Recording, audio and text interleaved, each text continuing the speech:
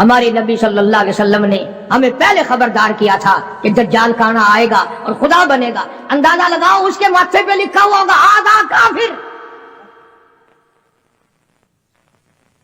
اور حدیث کے الفاظ میں یہاں تک آتا ہے کہ کوئی جھوپڑی پوری دنیا کی، کوئی مکان، کوئی پہاڑ، کوئی بستی، کوئی ملک ایسا نہ ہوگا جہاں دجال پہنچ نہ جائے گا. پوری دنیا کا چکر لگائے گا، صرف مکے پاک اور مدینے پاک میں داخل نہیں ہو سکے گا، وہاں فرشتے پہرا دیں گے. آج ایک عجیب مسئلہ آپ کے سامنے رکھنے لگا ہوں، اس کو اس حیثیت سے سمجھو کہ قرآن کریم نے نماز امت کو عطا فرمائی، روزہ، حج، زکوٰۃ، جہاد، تجارت کے معاملات، احکامات بتائے، حکومت کرنے کا طریقہ کار قرآن کریم نے بتایا، شادی بیاہ کے مسائل و احکام قرآن کریم نے بتائے. اللہ کا پاک کلام اتنا وسیع ہے کہ اس نے کسی موڑ کو اور کسی شعبے کو خالی نہیں چھوڑا. حتیٰ کہ ہم مسلمانوں میں پیری مریدی کا جو ایک طریقہ ہے، لوگ مرید بنتے ہیں، پیر اپنے مرید بناتے ہیں. قربان جاؤں مالک کائنات کے کلام پر، اس کا بھی طریقہ کار قرآن نے بیان فرمایا. لوگ یہ نہ سمجھیں کہ یہ جو پیری مریدی ہے یہ یوں ہی ہے بس، اس کے لیے بھی قرآن نے ضابطے بتائے. مطلب میرا یہ ہے کہ قرآن کریم نے کوئی چیز باقی نہیں چھوڑی جو مسلمانوں کی ضرورت کی ہو. ویسے تو آپ کو پتہ ہے الحمدللہ ہمیں سارے قرآن کی ضرورت نہیں، کیا کریں گے قرآن کا؟ وہ لوگ تو قبروں میں چلے گئے جو قرآن کریم کے بغیر ایک منٹ زندہ نہیں رہ سکتے تھے. ان کا اوڑھنا بچھونا، ان کا جاگنا سونا، ان کی ہر وقت کی سوچ اللہ کے قرآن پر غور کرنا ہوتا تھا. انہوں نے محنت کی ساری زندگی قرآن کریم کی افضلیت پر، اس کے حق ہونے پر، اس کا.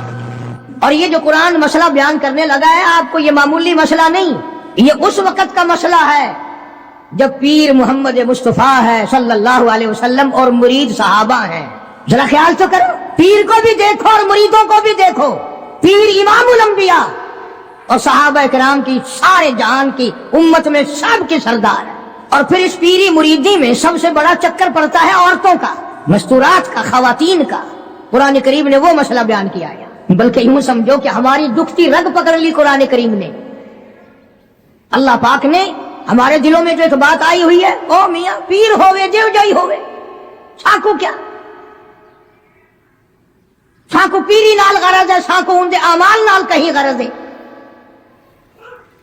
وہ جو کچھ کرے ودا ساکو کیا؟ بس مثالہ سنو. میاں قرآن کریم دا ورقہ اگر گندی نالی وچ ڈھے پوے، قرآن تو نہیں بگڑدا، چلو نالی تو گندی ہے، قرآن دا تو اکرام کرنا پوسی نا. پیر اگر گندے عمل کردا تو کرے پیا، ان دی مثال قرآن نال دین.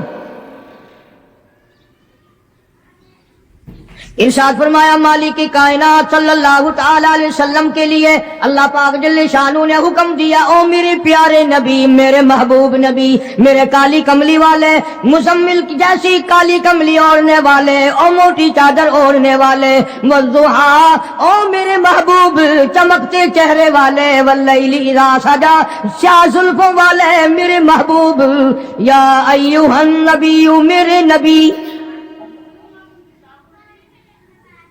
میرے نبی جب آپ کے پاس، آپ کی مجلس میں آپ کی عقیدت مند عورتیں آئیں، ماننے والی عورتیں آئیں، اذا جاءک المؤمنات،